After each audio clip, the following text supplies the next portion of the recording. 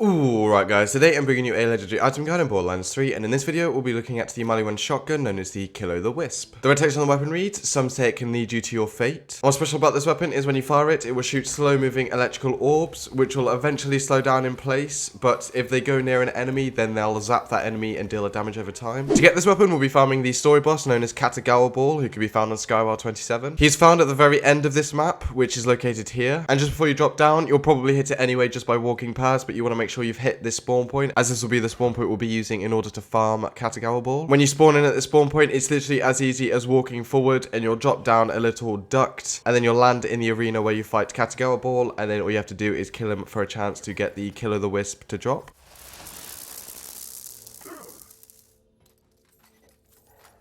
Like I said before, this gun fires slow-moving electrical balls, which means this gun will always come with shock elements on the card. And if you have a look at the element section on the card, this particular version anyway says it does 9,000 shock damage per second. And if you have a look in game, it does look like it may be somewhere around there, maybe a bit lower. But it seems that I was getting damage counters of about 1,300 every tick, and I was getting about 6 of those every second. And then when you consider that you can have a couple of these stacked on an enemy at once, and the fact that this particular version that I have anyway can fire 2 at once, so you can get out a lot of damage very quickly. Even on Mayhem 3, some of the damage I was doing against badass enemies was actually quite insane to me anyway. I didn't think it was going to do that much because shock damage, yes, they obliterate shields, but it can be slightly of an ineffective damage source, but this seems to be doing enough damage as it is, so it works just fine. When you fire the gun, you may notice that if you shoot it towards the floor, it will explode as it hits the floor, so it will just disappear. But if you shoot it and it doesn't hit any sort of surface along its journey, it will eventually come to a halt, and then it will stay in place for a second before it disappears.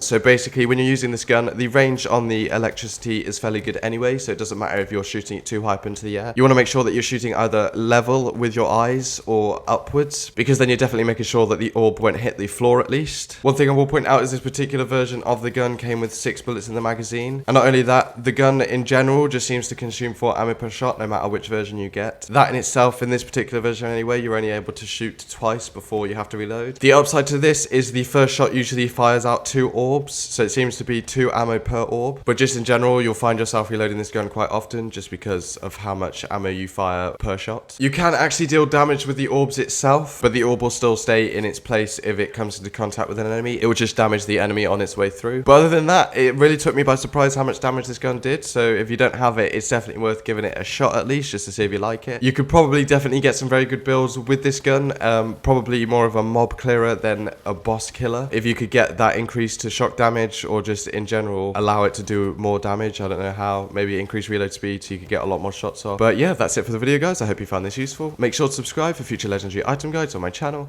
and yeah, see you in the next video.